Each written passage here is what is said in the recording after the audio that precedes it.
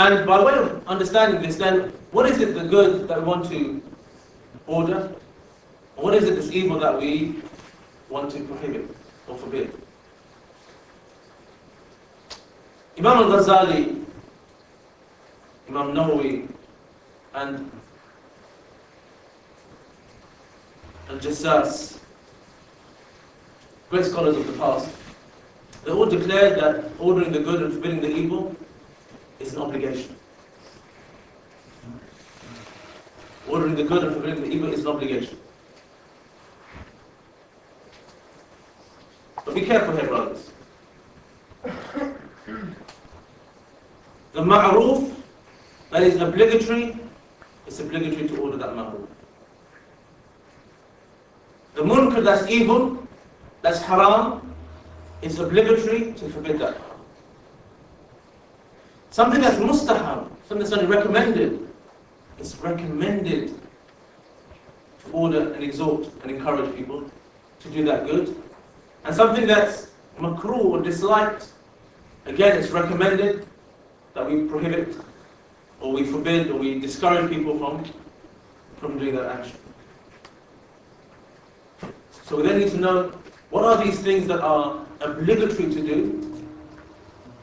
What are the ma'roof that are obligatory? And what are the munkar that are haram for me to then forbid? And this is something that's not difficult or complex, as I'm sure you'll appreciate. It's not something difficult or complex. The ma'roof are things that we all acknowledge as being the fundamentals of Islam. So establishing the prayer is an obligatory ma'roof. Giving of the zakah is an obligatory ma'roof.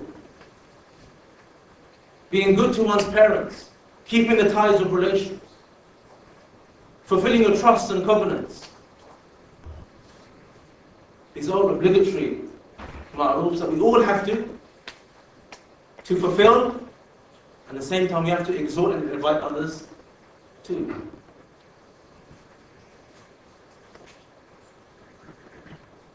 Committing adultery, nakedness, backbiting, slander,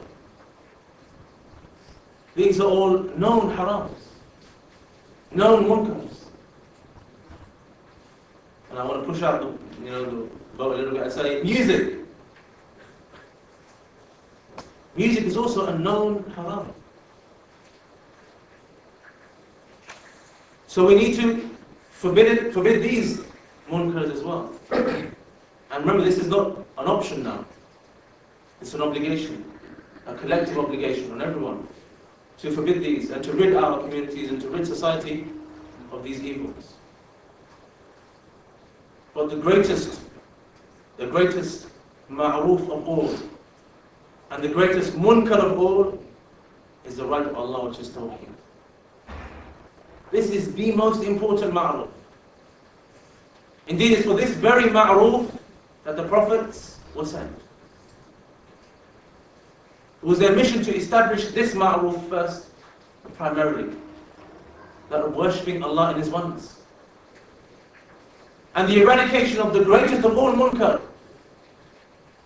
which is the worst worship of anything that's created, was the obligation and the reason that every single prophet was sent to their respective nations, and why Muhammad was sent to all of mankind. Listen to this. Allah subhanahu wa ta'ala says, وَلَقَدْ بَعَثْنَا فِي كُلِّ أُمَّةٍ رَسُولًا أَنْ يَعْبُدُوا اللَّهَ وَاجْتَنِبُوا الطَّاغُوتَ. That certainly we sent down to every single nation a messenger. And his message was, أَنْ يَعْبُدُوا اللَّهَ.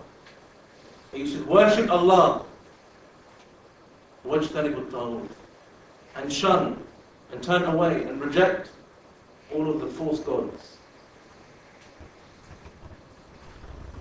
This has to be top on our agenda.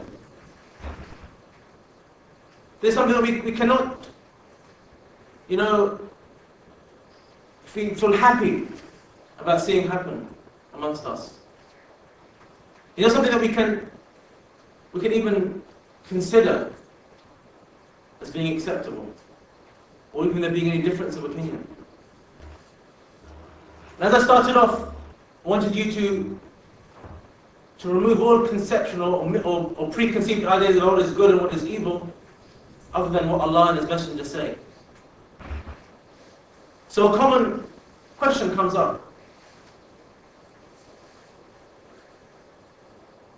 When we talk about people being good and evil, people say, is Mother Teresa a bad person, or was she a bad person?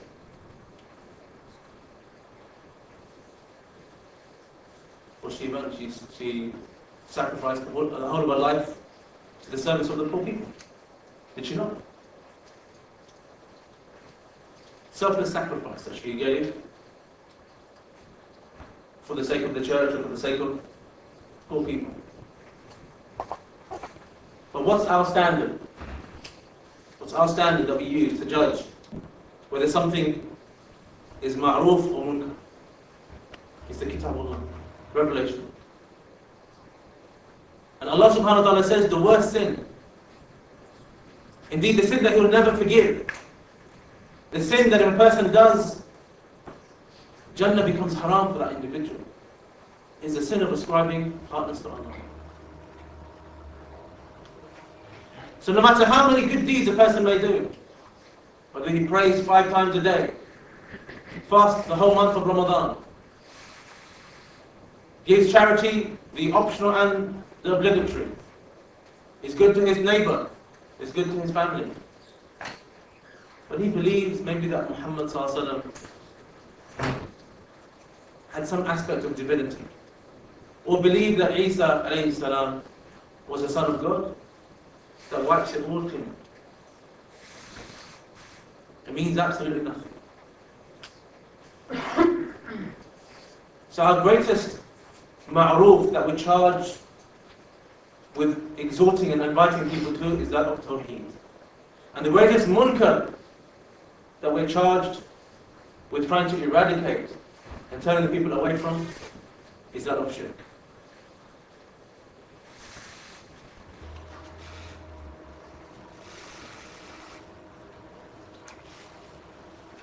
There are different levels after realizing that what ma'roof means or what munkar means, and indeed these are different various levels. There's some ma'roof that are only optional, and some ma'roof that are obligatory, some munkar that are perhaps disliked or makruh, and some that are haram, and some that are even the greatest of the prohibited deeds. Then what are the levels of inkar that we can make? I know I'm running out of time. What are the levels of inkar that we can make? There's 3 levels of inkar. There's 3 levels of changing something bad that we see, enforcing something good. The first is if you have the physical ability, just change it with your hand. You see, for example, your brother in your house, your younger brother, or your son, or your younger sister. I'm careful the way I'm saying, phrasing these scenarios. Younger brother, son, younger sister. You have the ability to stop them doing something that's wrong. You do it with your hand. You take out the cigarette from his hand, you put it on the floor and say, this is wrong. You turn off the TV.